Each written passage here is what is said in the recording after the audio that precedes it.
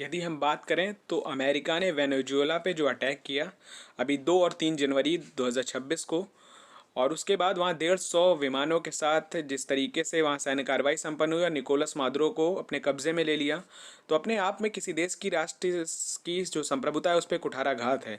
यदि हम बात करें तो निकोलस मादुरो जो व्यक्ति हैं वो अपने आप में बहुत अच्छे व्यक्ति नहीं रहे। वो लगातार अमेरिका में ड्रग्स सप्लाई, नशाखोरी और चीज़ें कर रहे थे, लेकिन उसके बावजूद यदि कोई चीज़ आदमी गलत कर रहा तो उसके साथ ऐसा कृत्य करना उस तरीके से सही नहीं है। यूएन है, यूनाइटेड नेशन के कानून हैं, यूएन चार्टर है, तो ये सारी चीज़ों के बावजूद अगर इस तरीके से कोई शक्तिशाली राष्ट्र किसी कमज़ोर राष्ट्र के ऊपर ये सारी चीज़ करता है तो निश्चित तौर पे अपने आप में वहाँ की संप्रभुता पे खतरा उत्पन्न हो जाएगा, और आने वाले समय में कोई भी राष्ट्र किसी के साथ ऐसा कर सकता है। यदि बात करें तो आज यूनाइटेड नेशन सिक्योरिटी काउंसिल की बैठक होनी थी, और इसमें ही यूएस, यूके, रशिया, चाइना और फ्रांस इसके परमानेंट मेंबर हैं। यदि बात करें तो इनको ये जिम्मेदारी थी कि यदि कोई दो राष्ट्र आपस में विवाद होता है, कहीं कोई समस्या होती है, विश्व युद्ध जैसी चीज़ें होती हैं, तो निश्चित तौर पे ये सामंजस्यता उत्पन्न करेंगे और ये सारी चीज़ों पे रोकने का काम करेंगे। ये सारी चीज़ के लिए ही बनाई गई थी। आज यूएसए खुद इस चीज़ को कर रहा है, तो निश्चित तौर पे आप ये जान लीजिए अगर ये ट्रेंड सेट हो गया तो आने वाले समय निश्चित तौर पे बहुत विनाशकारी हो सकता है। यदि बात करें तो कराई है, और मदुरो की आज कोर्ट में पेशी थी। उन्होंने सीधे कहा कि मैं अपराधी नहीं हूं, मैं अभी भी अपने देश का राष्ट्रपति हूं।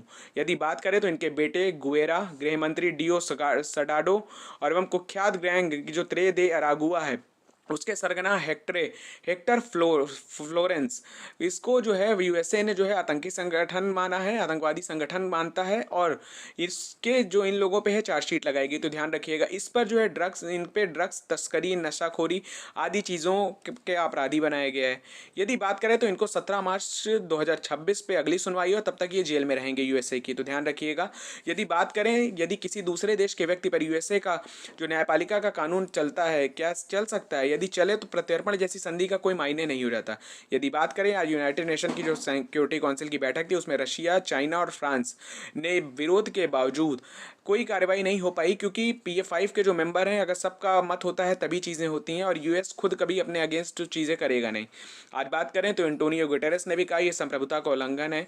और यदि बात करें तो रशिया ने कहा कि हम चाहते हैं कि स्वतंत्र देश के राष्ट्रपति के तौर पर उन्हें तुरंत रिहा किया जाए। चीन ने कहा यूएस ने निकोलस मादुरो को अनलीगल तरीके से गिरफ्तार किया है। वहीं यूएस के विदेश मंत्री ने कहा कि यूएन की परवाह नहीं है मुझे। और यदि बात करें ये अगर संप्रभु राष्ट्र किसी भी शक्तिशाली राष्ट्र जो है किसी भी संप्रभु राष्ट्र के ऊपर ये सारी चीज़ करते हैं तो अपने आप में प्रश्न चिन्ह तो लगता ही, और करंट लिहाज की दृष्टि से इंपॉर्टेंट रहता है, तो ध्यान रखिएगा इसको।